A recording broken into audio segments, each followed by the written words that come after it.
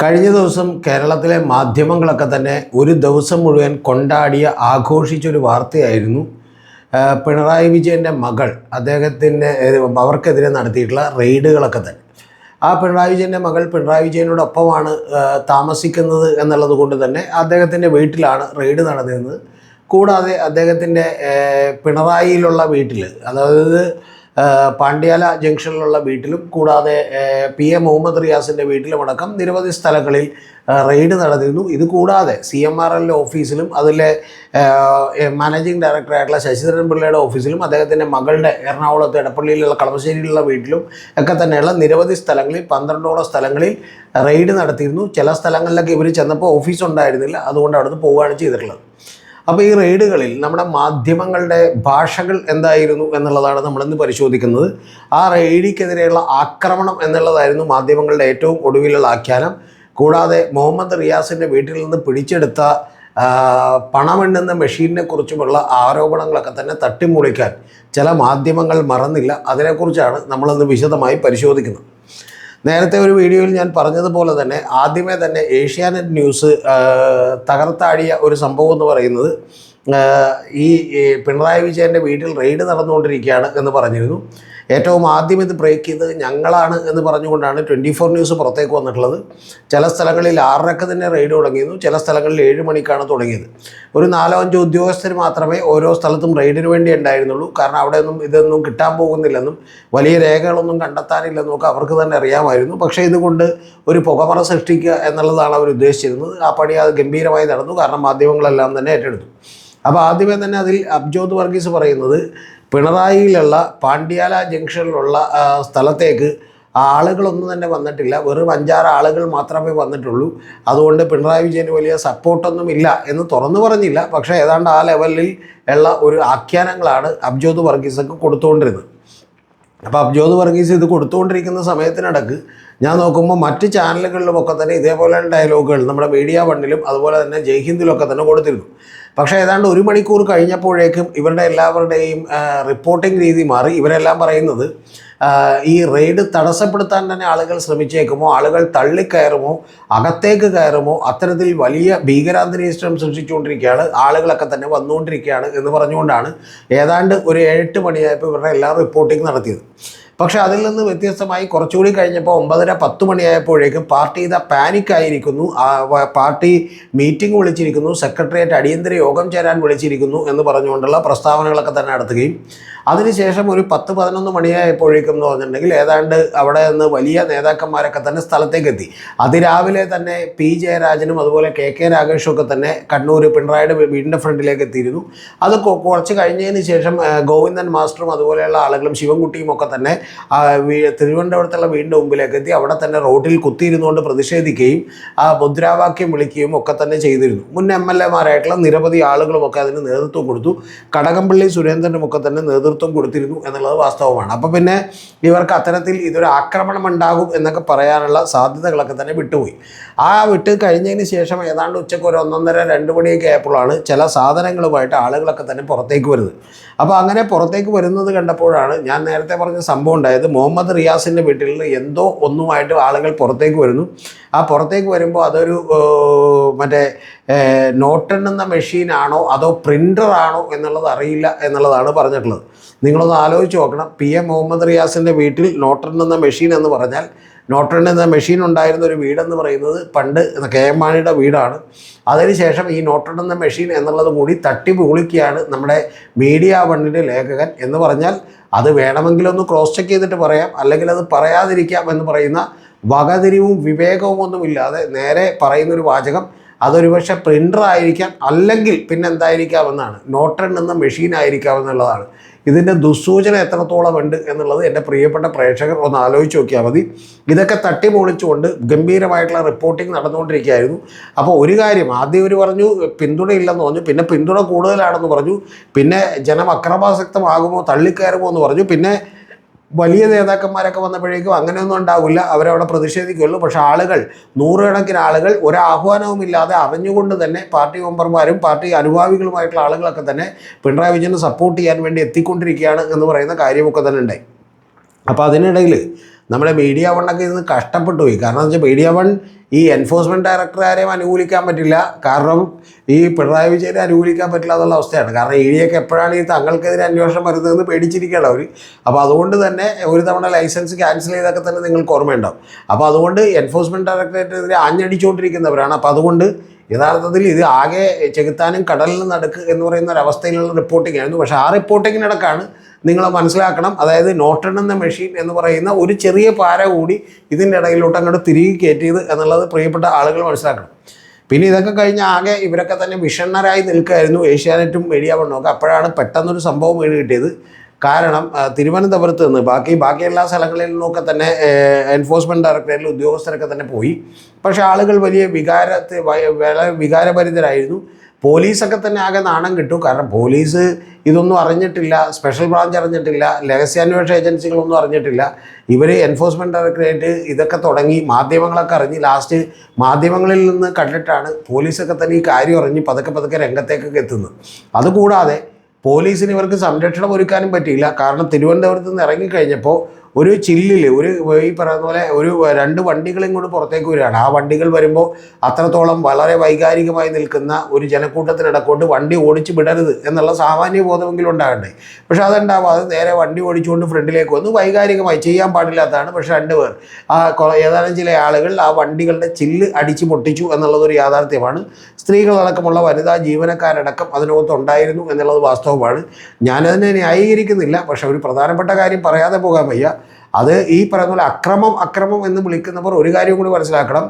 നമ്മുടെ അന്വേഷണ ഏജൻസികൾ, അത് പോലീസാണെങ്കിലും ശരി, CBI ആണെങ്കിലും ശരി, എൻഫോഴ്സ്മെൻറ്റ് ഡയറക്ടറേറ്റ് ആണെങ്കിലും ശരി, നാളെ റിസർച്ച് ആൻഡ് അനാലിസിസ് വിങ് ആണെങ്കിലും ശരി, ഏത് ഏജൻസികളാണെങ്കിലും ശരി, അവർ യഥാർത്ഥത്തിൽ അവർ നിയമപരമല്ലാത്ത, ഭരണഘടനാപരമല്ലാത്ത, അവരുടെ ജോലിക്ക് നിരക്കുന്നതല്ലാത്ത പരിപാടികളുമായി ഒരു ഭരണകൂടത്തിൻ്റെ ഈ പറഞ്ഞ പോലെ വേട്ടമൃഗങ്ങളായി മാറിക്കൊണ്ട് അവർ പുറത്തേക്ക് വന്നിട്ടുണ്ടെങ്കിൽ ജനം തെരുവിലിറങ്ങും, ജനം അതിനെ ചോദ്യം ചെയ്യും എന്നുള്ളത് വാസ്തവമാണ്. പക്ഷേ ഇത് പറയുമ്പോഴും അക്രമത്തെ നമുക്ക് ഒരിക്കലും ന്യായീകരിക്കാൻ കഴിയില്ല. പക്ഷേ അതിന് അടുക്കുന്ന സംഭവങ്ങൾ എല്ലാ സ്ഥലങ്ങളിലും ഉണ്ടായി എന്നുള്ളത് വാസ്തവമാണ്. പക്ഷേ അക്രമം ഉണ്ടാകാൻ പാടില്ല. കാരണം ഇവരൊരു ടാക്സി വിളിച്ചാണ് വന്നത്, ടാക്സിക്കാരനാണ് പോയത്. അത് വലിയ ബുദ്ധിമുട്ടുണ്ടാക്കുന്ന ഒരു കാര്യമാണ്. പക്ഷേ പ്രധാനപ്പെട്ട ഒരു കാര്യം, അതിൻ്റേതായിട്ടുള്ള ആരും ആഹ്വാനം ചെയ്യാതെയുള്ള ഒരു രോഷപ്രകടനമാണ് അവിടെ ഉണ്ടായിട്ടുള്ളത്. അപ്പോൾ ആ ഉണ്ടായി. പിന്നീട് ഇവർക്കെല്ലാം തന്നെ വലിയ തോതിൽ സന്തോഷമായി. ഇവരൊക്കെ തന്നെ അപ്പം തന്നെ ആക്രമണം ഭീകരാക്രമണം എന്നുള്ളതിലൊക്കെ റിപ്പോർട്ട് ചെയ്തു.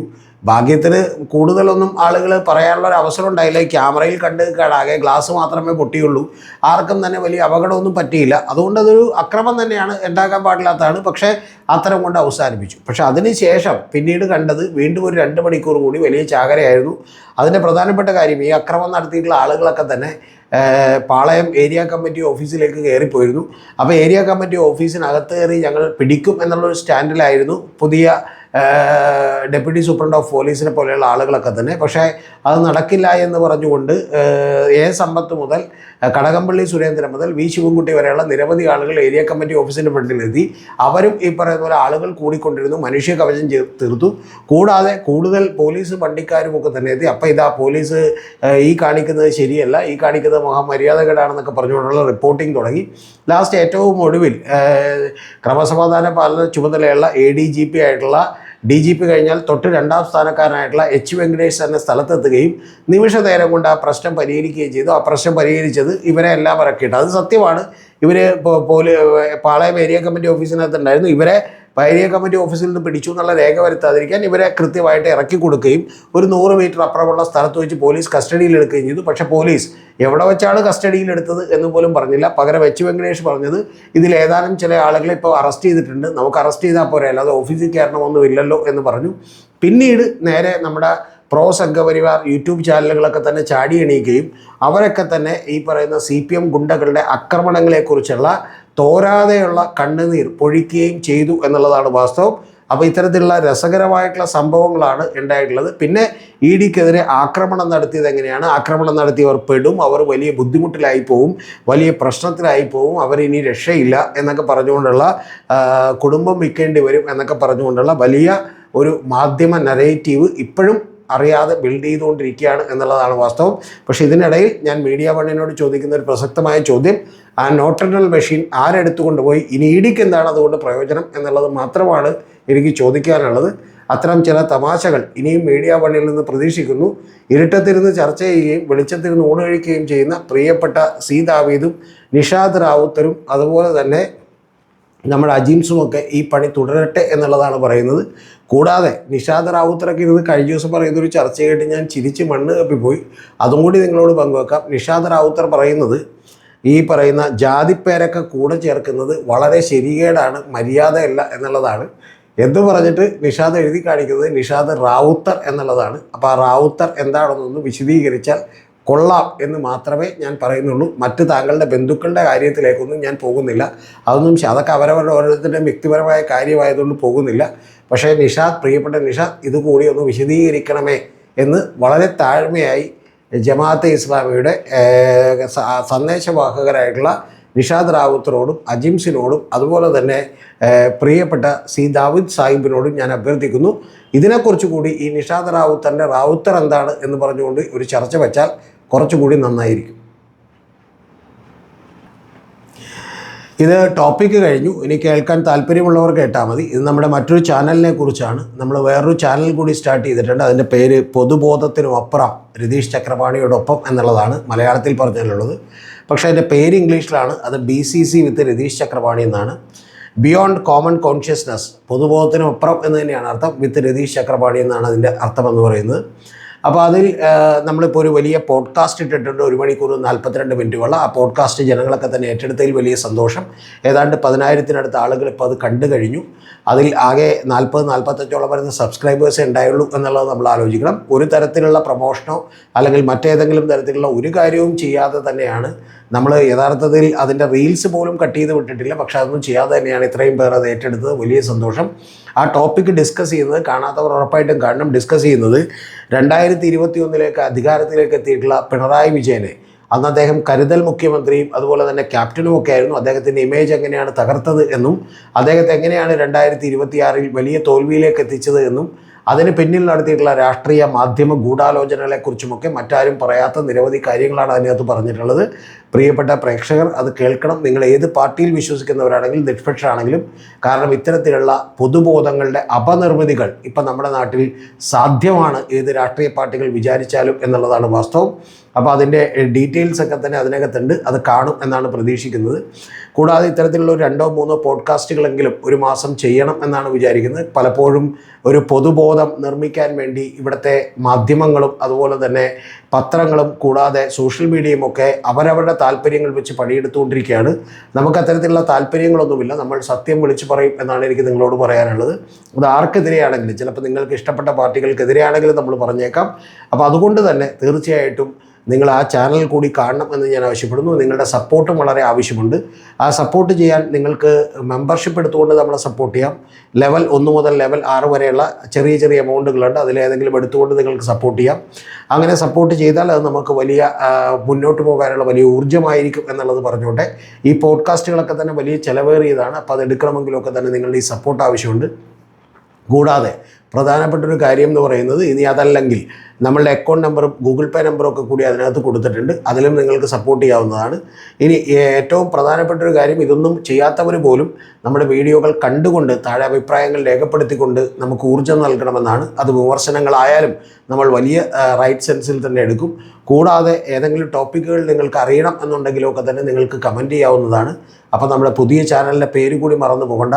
BCC വിത്ത് രതീഷ് ചക്രപാണി എന്നാണ്. പിണറായി വിജയൻ്റെ തോൽവിയും അതുപോലെ സതീശൻ്റെ വിജയവും അത് സംഭവിക്കാനിടയുള്ള ആരും പറയാത്ത കാരണങ്ങളാണ് ആ പോഡ്കാസ്റ്റിലുള്ളത്. തീർച്ചയായും കേൾക്കണം.